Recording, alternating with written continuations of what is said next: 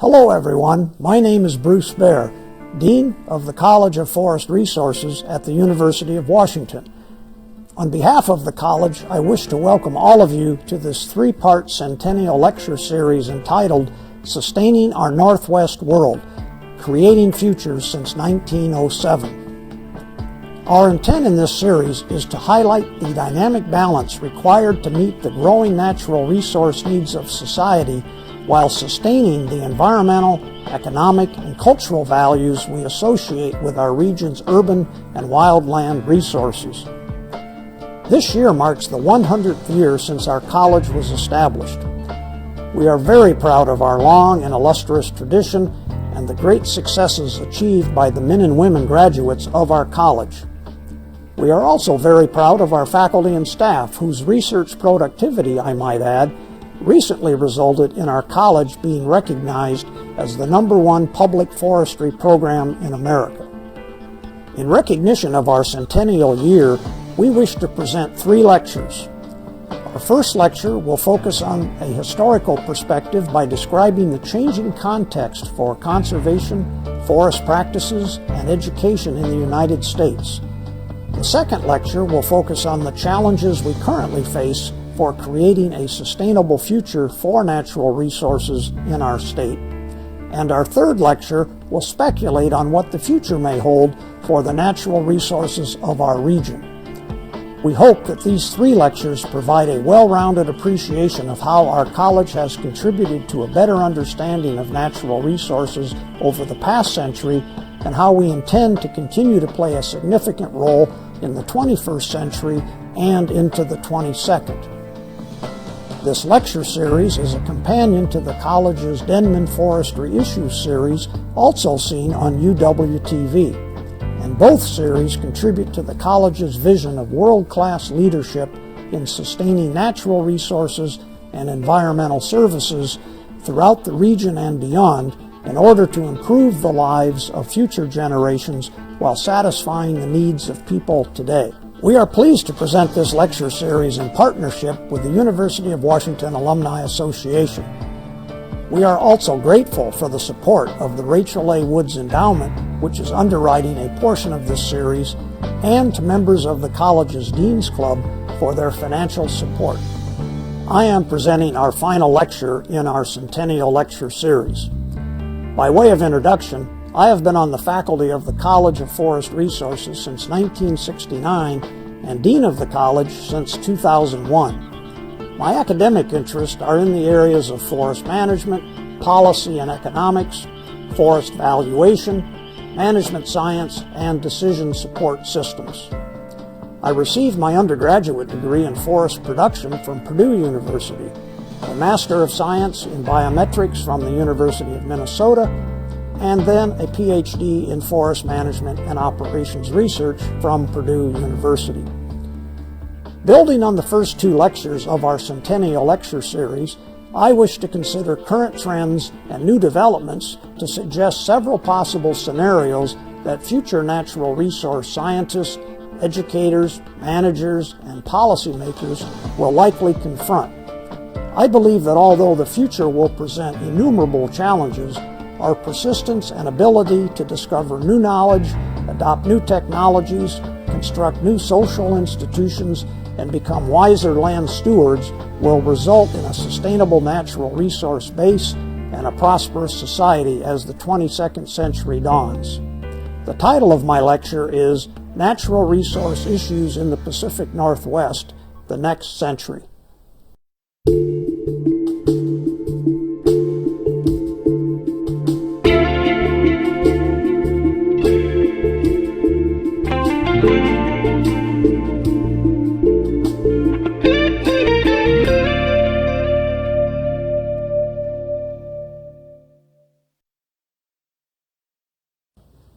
Good evening.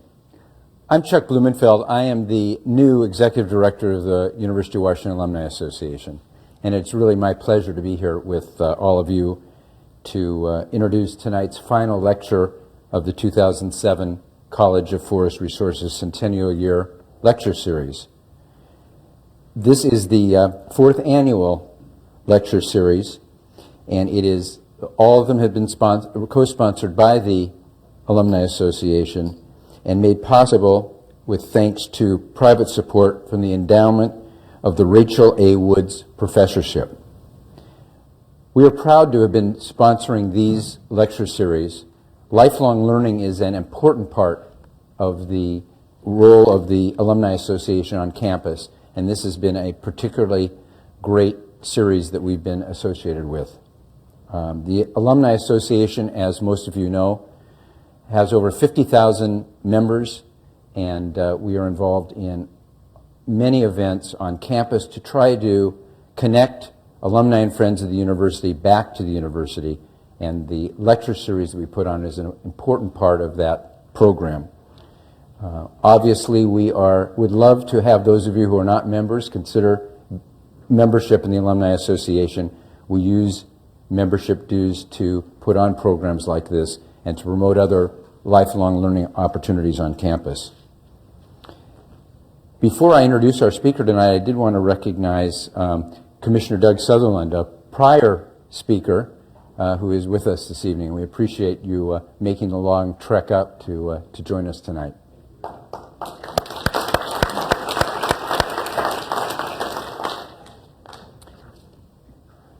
I have the honor to introduce tonight our speaker, the Dean of the College of Forest Resources, Bruce Baird.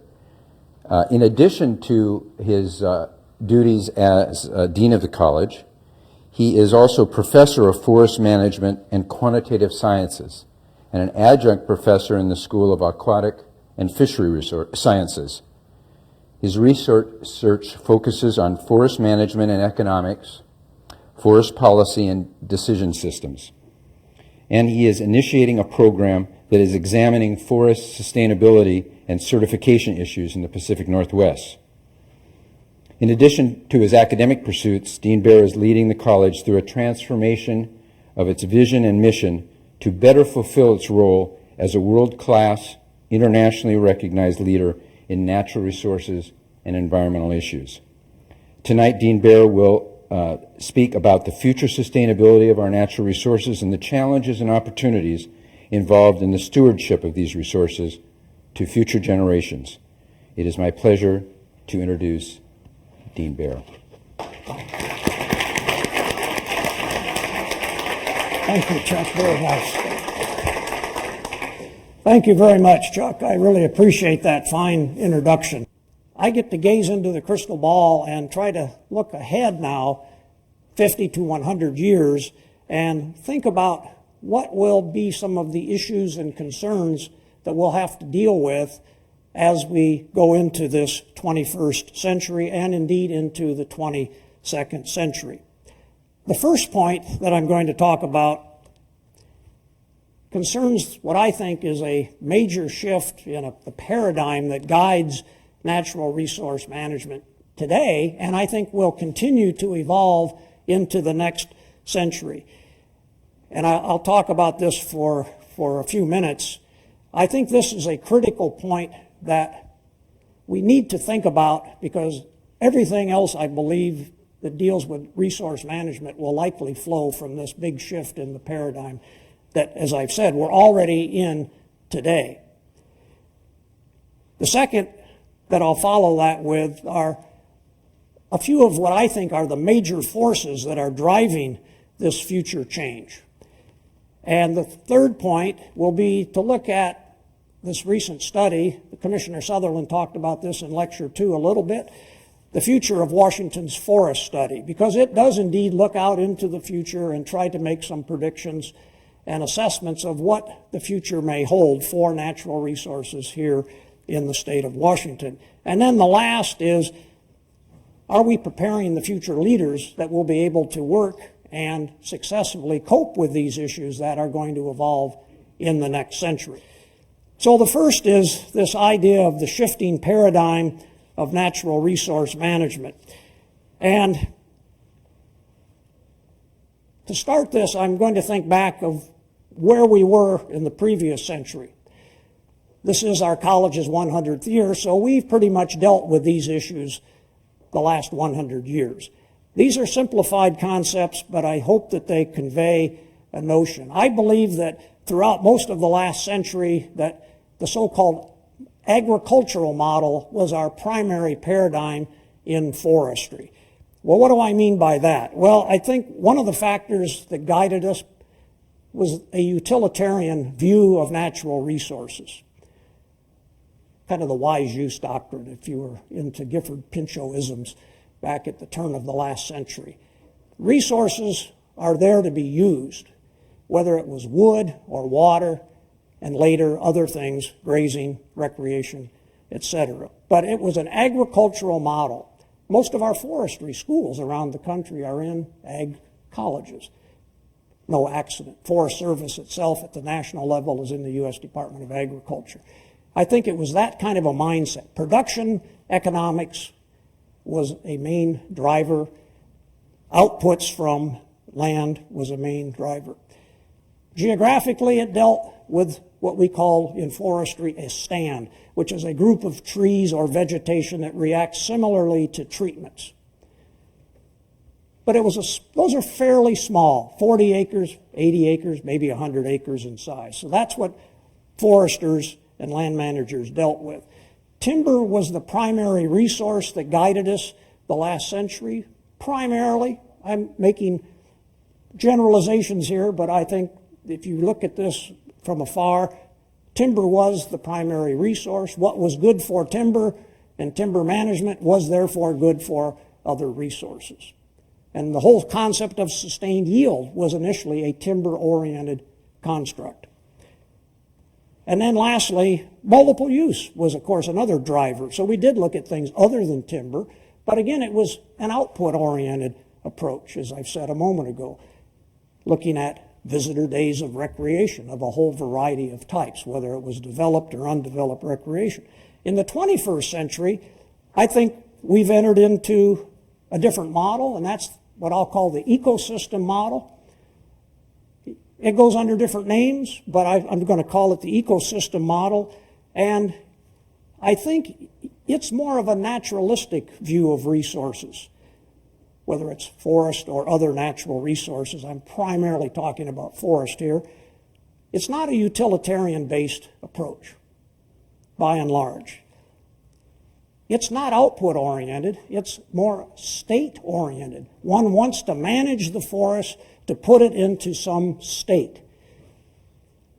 Yes, in doing so, one will get outputs, but the outputs are more a consequence than the main objective of management, as was true in the agricultural model. Instead of a stand level, we look at landscapes. And we require a whole different array of tools with different levels of spatial analysis than we ever had when we dealt with just individual stands that were often viewed as independent of one another. Whereas in the landscape, you may have a collection of stands, but you look at their juxtaposition to one another and the consequences of management of a stand on other stands and other resources. It's much more of a multiple resource model than a timber model. And instead of sustained yield, we talk of sustainability. So sustainability has much in common with sustained yield, but it's a much broader construct and involves multiple resources. Now, we don't know exactly how to deal with all of those, but I think conceptually, it is a multiple resource kind of model. And instead of multiple use, we still have multiple uses, but I use the term integrated uses instead of multiple uses. So that, to me, if one believes in this new 21st century model, I think it's tremendously different than what we've experienced in the last century under the agricultural model. So that's kind of a setting for, I think, a huge paradigm shift. It's already happening here in the Northwest and elsewhere. We are moving on some classes of land. We've already moved quite far to this ecosystem model. On other classes of ownership, we haven't. So there's a mix, but I think you can see that this philosophy has been changing, and one might predict that we will see this continue for some years into the 21st century.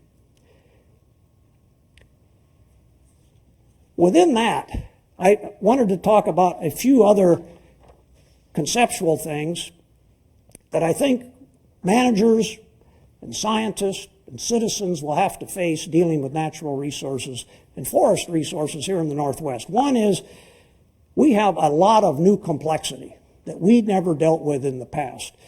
We know a lot more. That doesn't make a manager's job any easier. One set of uncertainties deals with the whole biophysical systems, environmental change, and a lot of our uncertainty in how the environment will look 50 to 100 years from now, of course, is influenced by global climate change. But there's another whole set of uncertainties, and they deal with the whole socio-economic systems within which we operate and live. Unpredictability, and think of political institutions, not maybe so much here in North America, but think of other regions of the world where there's tremendous political instability and uncertainty. This could have tremendous impacts. And another would, of course, be market. Now, we've always had uncertainty about markets, but I think with these other levels of uncertainty and political instability, it drives markets crazy. To wit, look at the price of a barrel of oil and what it's done in the last 5 years. Tremendous uncertainty. And those things reverberate throughout society, whether it's here in North America or elsewhere. So these are things that are going to impact us as we manage our forest as well, is what I'm suggesting. Global climate change, as I've mentioned, is clearly something we have to deal with, we are dealing with, we're going to continue to deal with in the 21st century. We have to recognize that when we talk about education and research that we are in a global marketplace for ideas.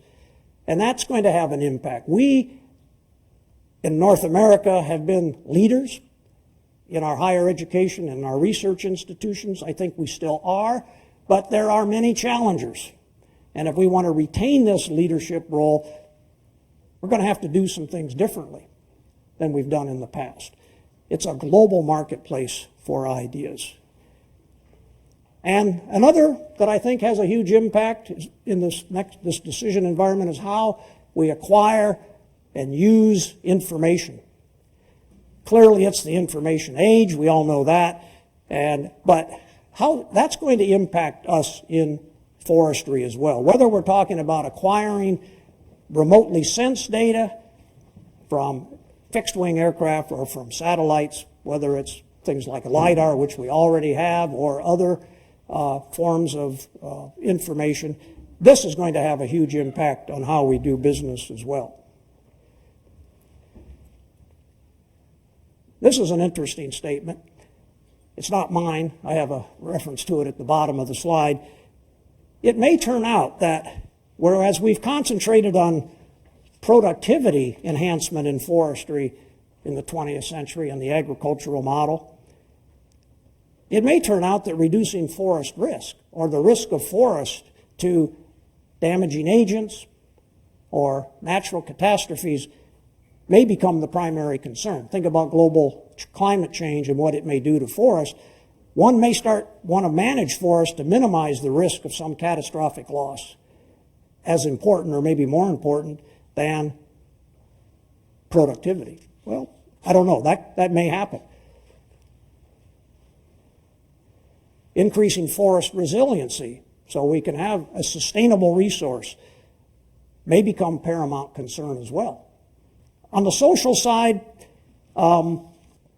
organizational networks and collaboration, we do a lot of that today, yes. I think that's going to continue to grow. And these kinds of arrangements may, in fact, supplant our classical top-down hierarchical institution. I don't think that we'll ever completely replace them, but I think working in partnership with organizations, whether it's the U.S. Forest Service working with community groups through stewardship contracts, that might be a classic example today as an example of what I mean. Something we didn't do 5 or 10 years ago. So those are some characteristics that I think we'll see continuing into the 21st century. Why a paradigm shift? Well, I don't think there's one easy answer for this, and it would probably take a sociologist to figure it out. But I think one is clearly this change in our values as a society. We're a growing population. That's pretty much taken for granted. And we're an urbanizing population. And I think people look to the forest nowadays for things different than they did a century ago. And I think that, in part, is driving the acceptance or forcing the adoption of this more ecosystem approach over the agricultural approach. There's a growing awareness of the value of forest in terms of their ecological and environmental values and what could happen to those as climate changes in the future. And people are concerned about that. And that's causing this paradigm shift. For example, people are concerned about the loss of biodiversity, whether it's, here I said, in our managed forest, it could be in some of our more natural forest as well. The effects of invasives and how they could be compounded by global climate change. Wildfire clearly is another concern of people throughout the West and perhaps throughout the whole developed world. These are all things that are, I think, involved in this paradigm shift. I think an answer to many of our problems, and I knew some of my colleagues were waiting, how long could I go without saying the word sustainable? But I think sustainable forestry cuts across both the ag model and the ecosystem model, and probably is the type of forestry model or construct that we should adopt as we move further into this century. It's an integrated approach to forest management. It looks at the full range of environmental as well as the social economic values that come from forest lands and tries to look at a balanced or integrated approach. And of course, it's the balance of our famous little Venn diagram where hopefully we end up with a program that balances in this little triangle, the economic, social, and ecological factors that are associated with many of our forest management problems. It's not a static balance, it's a dynamic balance, it's shifting all the time. This is not a particularly useful working tool, this view of this Venn diagram. It just tries to show that we need to take all of these factors into account. And in fact, the different shapes and areas of those geometric figures may indicate that one metric has more weight in a particular situation than another as well. But I think it's a useful tool. The famous line that came out in 1987 from the Brundtland Report says sustainable development tries to consider the needs of the future generations as well as those of the present. And that, I think, now foresters have had this in mind for years and years with sustained yield. This is nothing new, but this applies to all of the natural resources that we're dealing with on any particular piece of forest land. And how one wants to balance the future and the present is a tough balancing act. But I think we address this when we adopt more of a sustainability model. And as I've said earlier, it is a dynamic equilibrium that tends to balance the many factors. I think we can apply this to our sustainable forest, whether they're managed or natural. That would go from plantations, which are heavily managed forest, on out to less intensively managed parks and reserves. It applies to sustainable urban environments, urban forest that we deal with, urban green belts, urban horticulture, restoration ecology, public gardens, and so forth in the urban environment. And I think we can talk about sustainable forest enterprises.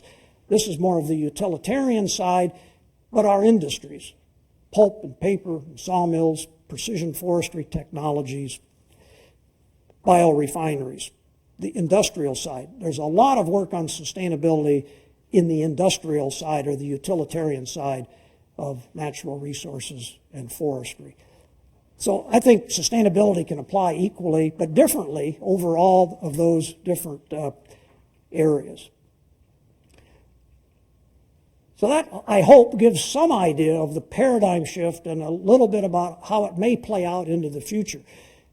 I didn't give you any prediction there, and I said I wouldn't.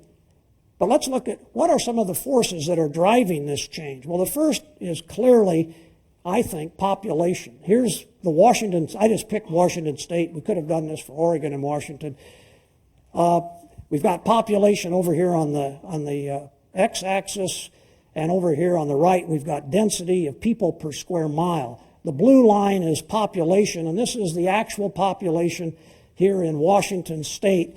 And you probably can't read all those numbers, and I'm not going to read them all either, but I will point out that if we go back to about 1900, which is, where's that little arrow? About right there, we've got about 500,000 people. And in 1980, we had 4.1 million people. So that was about here, 4.1. And in 2000, we're sitting up here at 5.9 million people. That's a pretty good growth pattern. That was the census. And then Office of Financial Management made an estimate going out 30 years. That's the only one I could find. And so in 30 years, up here with the arrow in the upper right-hand corner, we grow from 5.9 million in the year 2000, they're estimating, to 8.5 million. So that's a pretty healthy increase in the next 25 years or so. And the density, if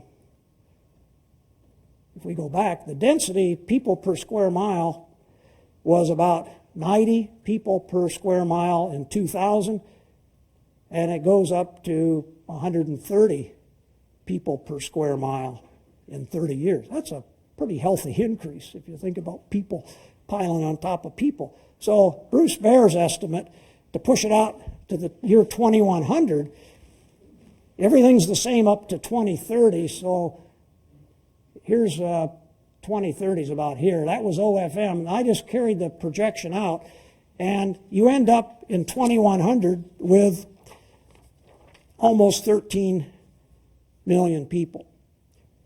So 13 million people in 2100 with looks like a reasonable expectation.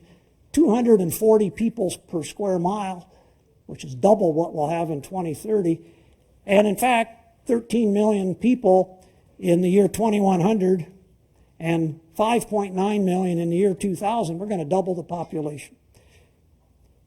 And that doesn't look unreasonable. Now, you could play with those. Those are not big growth rates either. They're less than 0.5% out there to get that curve to bend over. That has a huge impact, clearly. So population has to be taken as one of the big drivers of the impact on our natural resources. And you can just think of the impact on recreational spaces, spaces for solitude. Some of my friends like to do a lot of mountain climbing. They're going to have trouble finding solitude with 240 people per square mile. They're not uniformly distributed, but and then the consumption of water and wood and so forth. It's kind of frightening when you think about that. I said 240. The density is about 200 per square mile, the yellow line, sorry. But still double what it was in 2000. That's a driver. That has to drive. And I haven't even talked about the composition of the population, because that's changing just as fast, the ethnic makeup, and how the different ethnic groups that we'll have in the next century view and use resources is going to be different than we have in the past. The age class profile will be different. There's a huge amount of change that one can predict just looking into demographics. I'll spare you, but you can ask a demographer for more. What are some other changes? Well, not only is it the population and those characteristics of age class and ethnicity and other things, it's how much money they have. I think it's going to be a more affluent population. We're more affluent today than we were 100 years ago. I think one could expect that this will continue. There'll be more leisure time, of course, more disposable income. Will people be prone to go into the outdoors and want to use these forests for things other than utilitarian value? That's a question. I've already talked about another huge driver is global climate change on the biophysical system. The global economy has had huge impacts. The market side is what I mean here. And the world consumption and the United States consumption of wood products is just unprecedented. We are a net importer. We'll continue to be a net importer, I suspect, here in North America of wood products. Will we be more of a net importer? And if we will, where will that material come from? Or will we change our ways and become a more sustainable society, which would imply more recycling? Renewable energy is going to be a huge driver. If this trend that we see now in the very beginnings of the 21st century continues, we're going to be using our forest for a lot more source of renewable energy. And what will that mean? I don't know exactly, but I think it will mean that we're going to be taking some types of material out of the forest and either burning them or converting them into other forms of biofuels that we never did 100 years ago, save for some firewood burning early on. This is going to have a huge impact. It may make certain types of forest management much more economical by using small material than we've ever been able to in the past. But it could be a huge competitor with the pulp and paper industry for fiber too.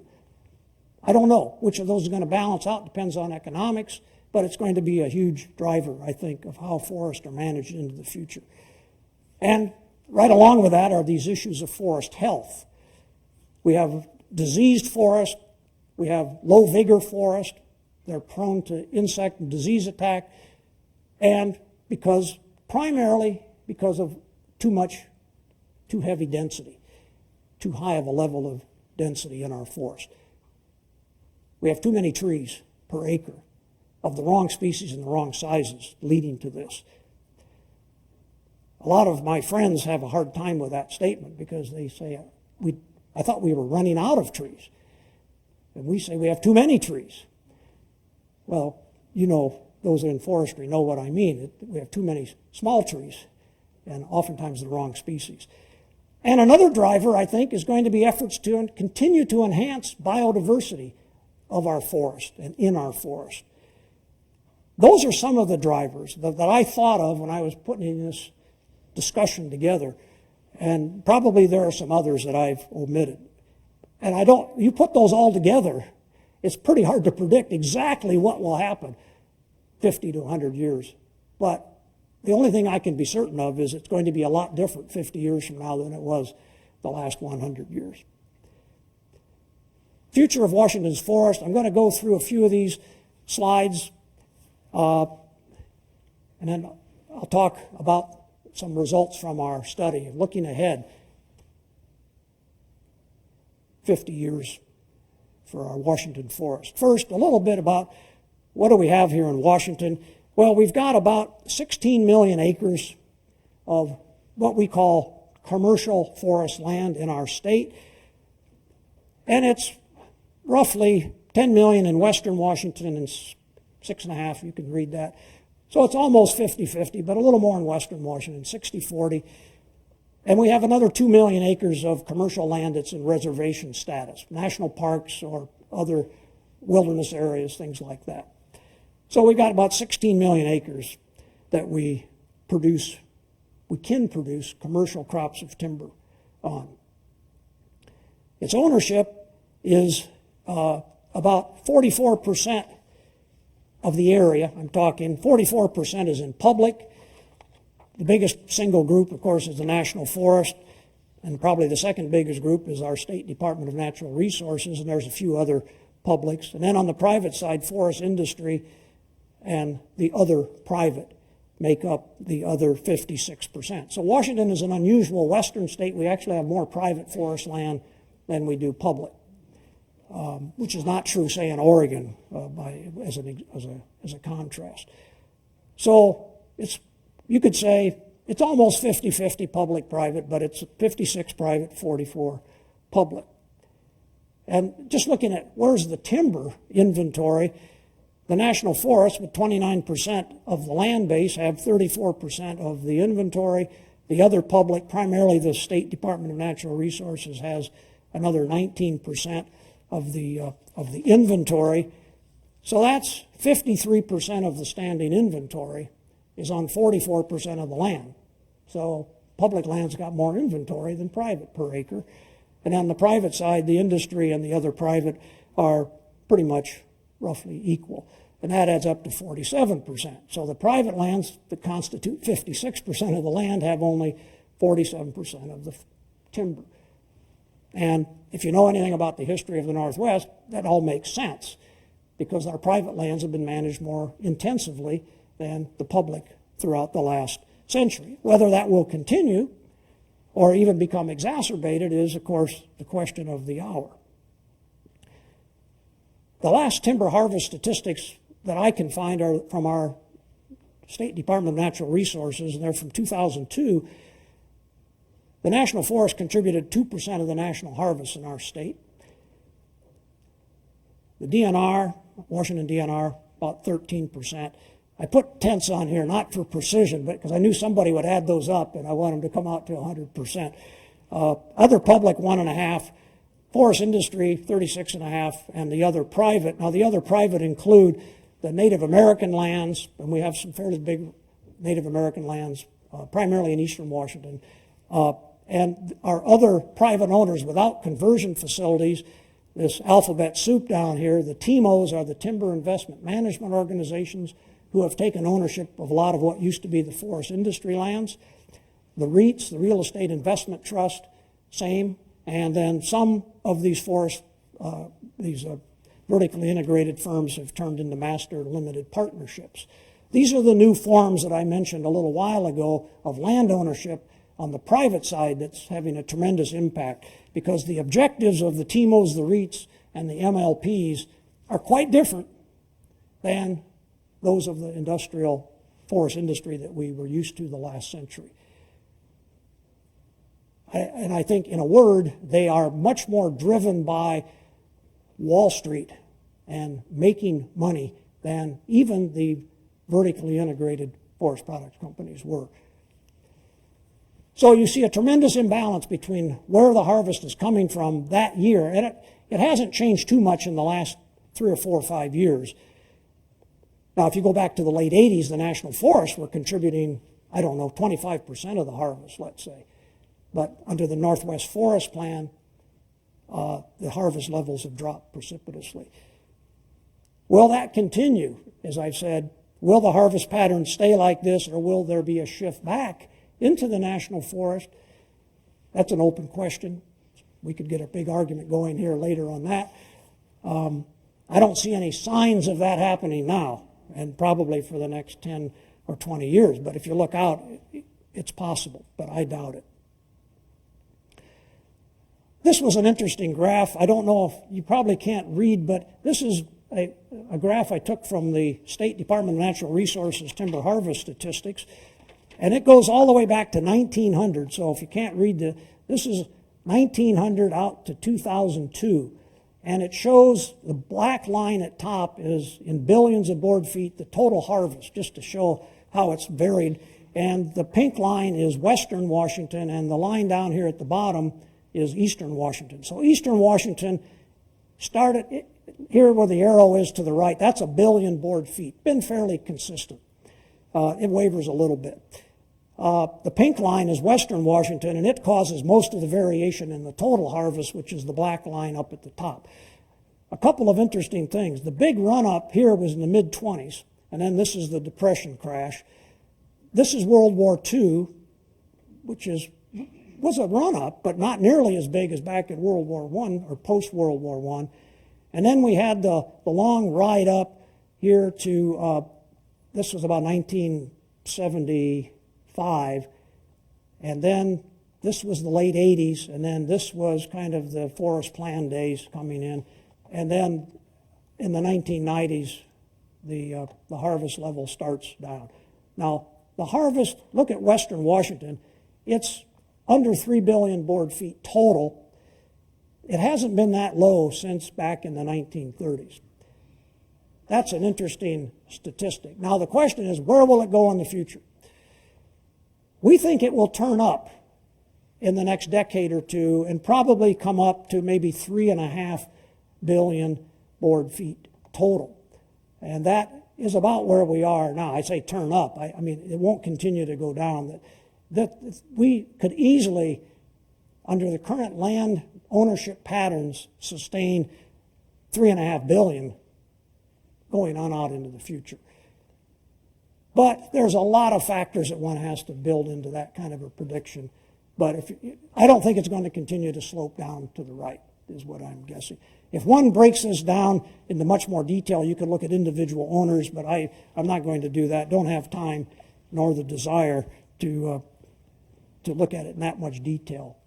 But that gives you some idea of kind of what our timberland is, and it sets the stage for the future of Washington's forest study. This study was commissioned in 2005 by the legislature, appropriated, well, it's not quite right to say appropriated, but they appropriated $500,000 from the state general fund and $500,000 from the resource management cost account managed by the Washington State Department of Natural Resources to contract with the college to do a study.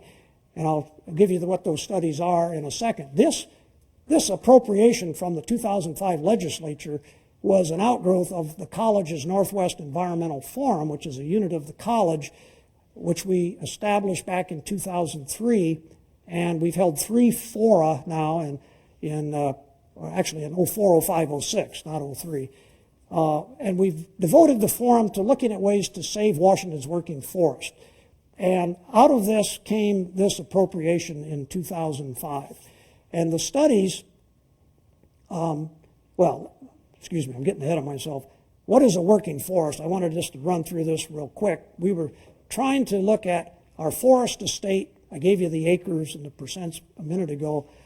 To save working forest, well, there's 4 characteristics that I like to use that define a working forest. I think it's, first of all, these are forests that have active management. So they have to be well managed, sustainable forest across the 3 metrics of sustainability.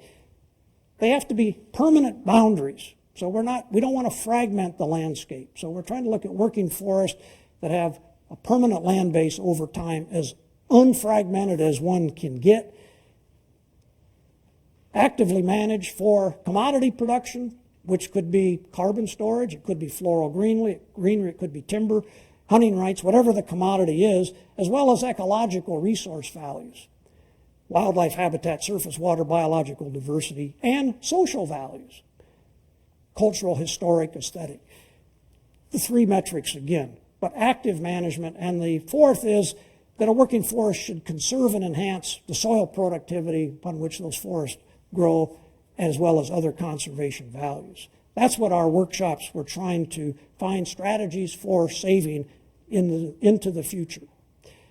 And they matter because of the commodity values they offer the landowners who can sell these and make money, especially in the private sector. They produce a large array of environmental services. And many of the conservation groups in our state are really promoters of the working forest concept because of the large array of environmental services that flow from these forests. And keeping forests on the landscape provides part of our quality of life here in the Northwest, our historic and hopefully our future. And we think we need to find new ways to protect the working forest land base without over-reliance on governmental regulation, which has been the hallmark of the last 30 years, by expanding the revenue base, selling carbon rights, for example, providing additional sources of revenue for private landowners so they'll keep their land in working forest, and rewarding them for the public benefits that they produce. So the studies then that we were commissioned to undertake, and I'm only going to touch on these. One was to look at the future timber supply and forest biodiversity, looking at forest structures on out into the future. The second was, what's Washington's position in the national and global forest products marketplace? Do an assessment of that. Third study was to look at the contribution of the forest sector to the economy of the state of Washington.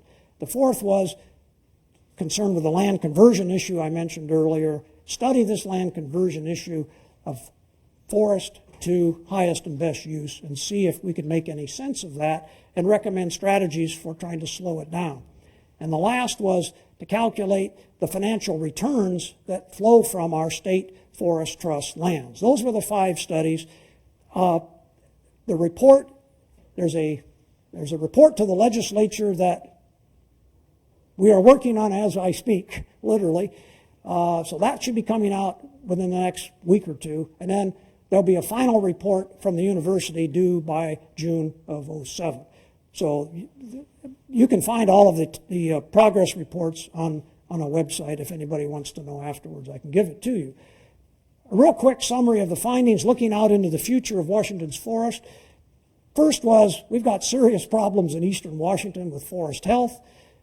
Second, there's big problems primarily in western Washington because that's where the population is and is growing the fastest with land conversion. The third is we've got issues with biodiversity primarily in western Washington, not exclusively, and we have some issues where regulations are actually counterproductive.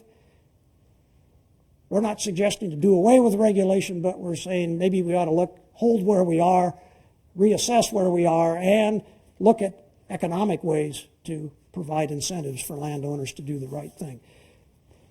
And another study was looking at competition in forest productivity, where Washington stands, and there's some interesting results from that. And then ways to generate new markets for those environmental services, primarily carbon.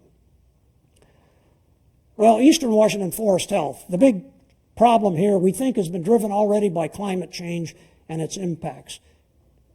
Temperatures, June, July, and August, are outside historic 100-year norms the last few years, and the vapor pressure, water rainfall is low during the growing season. So I'll show you a graph in a second that demonstrates this. This is causing to put a lot of stress on our trees, which are already in low vigor status because of overdensity, as I mentioned earlier. So climate change is a big driver. High temperatures, low moisture, overstocked forest, leading to, we think, not already, large mortality in these pine forests in eastern Washington caused by this mountain pine beetle. And, of course, this is leading to increased forest fire risk, and we've seen that already. We think we need to thin many more acres of these forests to improve forest health. Fire is a big issue. Most of you probably know about this. We've had decades of effective fire suppression. It's created these overly dense forests. We have a lot of small diameter trees of shade-tolerant species, and these trees are not very vigorous, and that's why they're susceptible to insect and disease attack and heavy fuel loads. So when the fires do start, they burn hotter, more intensively than they would have naturally. So protection and restoration of the forested ecosystems is essential, we think, to maintain a sustainable environment going forward. The famous speech many of you may have read that the past chief of the Forest Service enunciated about 4 years ago. He identified fire and fuels as one of the big threats to our forest in America. Invasive species, I've talked about those. Loss of open space. This is part of the land conversion problem and building second homes in the forested areas. And then unmanaged outdoor recreation. He subsequently added another one, and that's this whole notion of biofuels and bioenergy. So the original speech was in 2003, and he added that other one since. So these are things I've already talked about that are major concerns. Some fire statistics. I don't have time to go through these, but you can see this is acres burned, primarily on all of our federal and state lands, our forest lands. We're up around 7 million acres here in 2002. There's only been a few years where we've had more acres burned than in that year. If we look at the number of fires, it's going down. So we're having fewer fires, but they're burning more acres. And if we look at the suppression cost, they're going up. So this is not a good situation. It's costing us more and more to fight fewer and fewer fires that are burning more and more acres. All because of global climate change and the state of the forest. Here's a graph from our study report. I didn't produce this. This was produced by other scientists in the college. But it shows mortality here on the left axis, and it shows mortality per acre over here. And the blue line is the trees killed per acre. And you can see we're zipping along here at about 2 trees per acre, and all of a sudden we're up now to about 10 trees in the last measurement period. So we've had a tremendous explosion in mountain pine beetle. This is part of that forest health issue, and unless we do something, there is no reason to believe that this will not continue for some time. It's partly driven by weather, and again, on this axis is June, July, August average temperature. That's the red line, and you can see that it's getting warmer. It's going from 16.5 degrees in 1900, and here we are out here in 1999 or 2000. We've gone up from 16.5 degrees to 18.5 degrees Celsius. So there's a trend there. Yeah, it varies all over the place, but those are just the two endpoints. And the blue line, measured over here in precipitation in inches, shows that our precipitation was almost the lowest in this 100 years, causing this difference between temperature and moisture to be one of the greatest differences, contributing to that beetle mortality attack.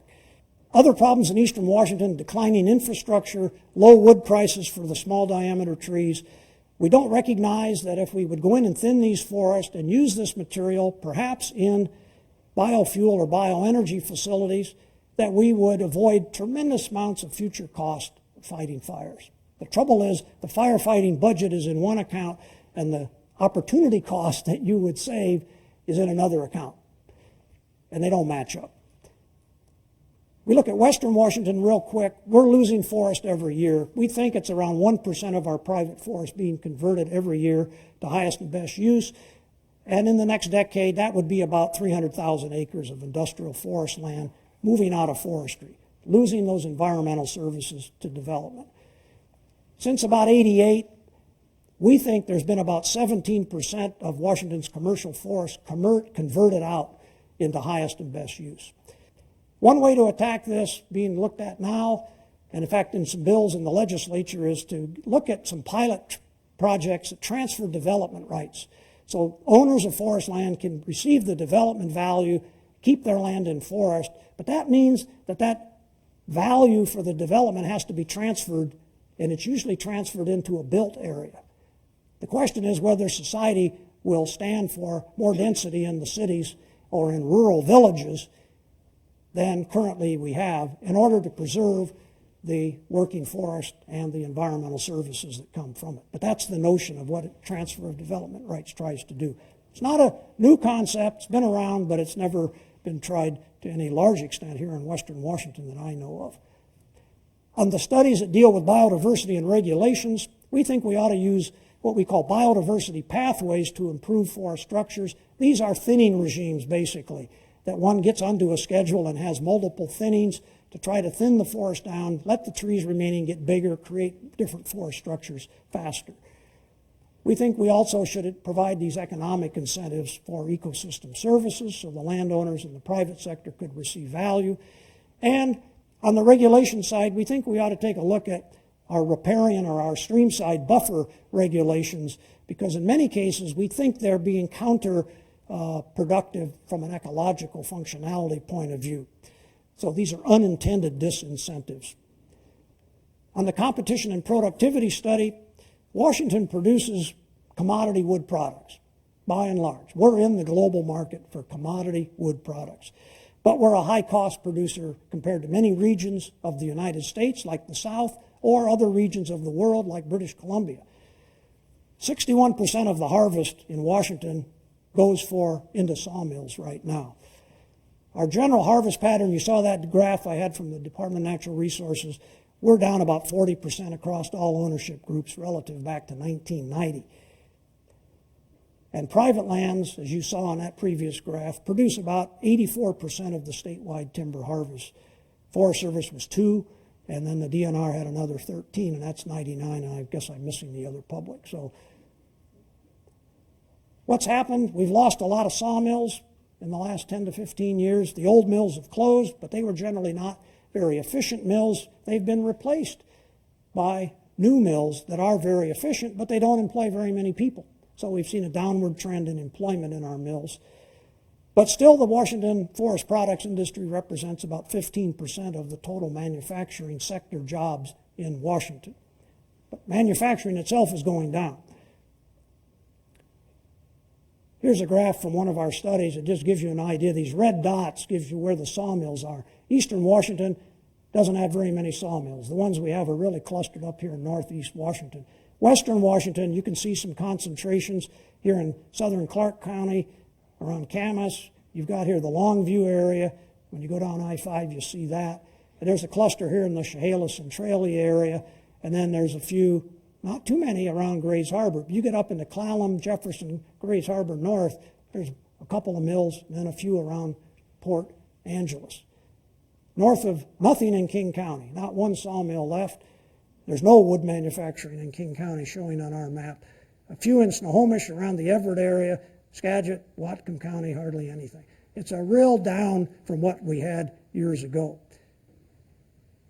The big blue line is the number of sawmills from 1970 on the left to 2005. We had 175 sawmills, now we have 75. And the green line is the state, the veneer and plywood. They've also gone down. And the yellow lines are our pulp and paper, and the number of those facilities has also gone down. If you put those on percents, I don't know which one went down the furthest, but there's been a decline in the infrastructure in Washington State. Gross business income from forestry brings in about $16 billion a year to the state, but that's only about 3% of the gross business income. So it's not a huge contributor, but it's a lot of money in absolute terms. Markets for environmental services, I think we need to look at ways to try to capture value. I've talked a little bit about carbon. Some people think we ought to get value for forest landowners that produce clean water, clean air, and habitat for wildlife. The last thing I'm just going to say a word about, because my time is up, but I think if we're going to implement this shifting management philosophy that I've talked about, we need to create a whole new academic profile to train the future leaders. And in our college, and Chuck mentioned this in his introduction early on, we've gone through a transformation in the last 5 years to redo our undergraduate curricula, our graduate programs, that we think will promote the type of natural resource management that we need in our state in the coming 50 to 100 years. And I think because I am out of time, I'm going to skip some slides that talk about the details of that curriculum transformation. But I will just close by saying that I think with the new curriculum that we've instituted, that I'm very optimistic that the leaders that we'll be training in the future will be able to cope with those variety of issues that I've outlined very briefly in my talk. And I thank you for A, staying awake, and B, paying attention. Thank you.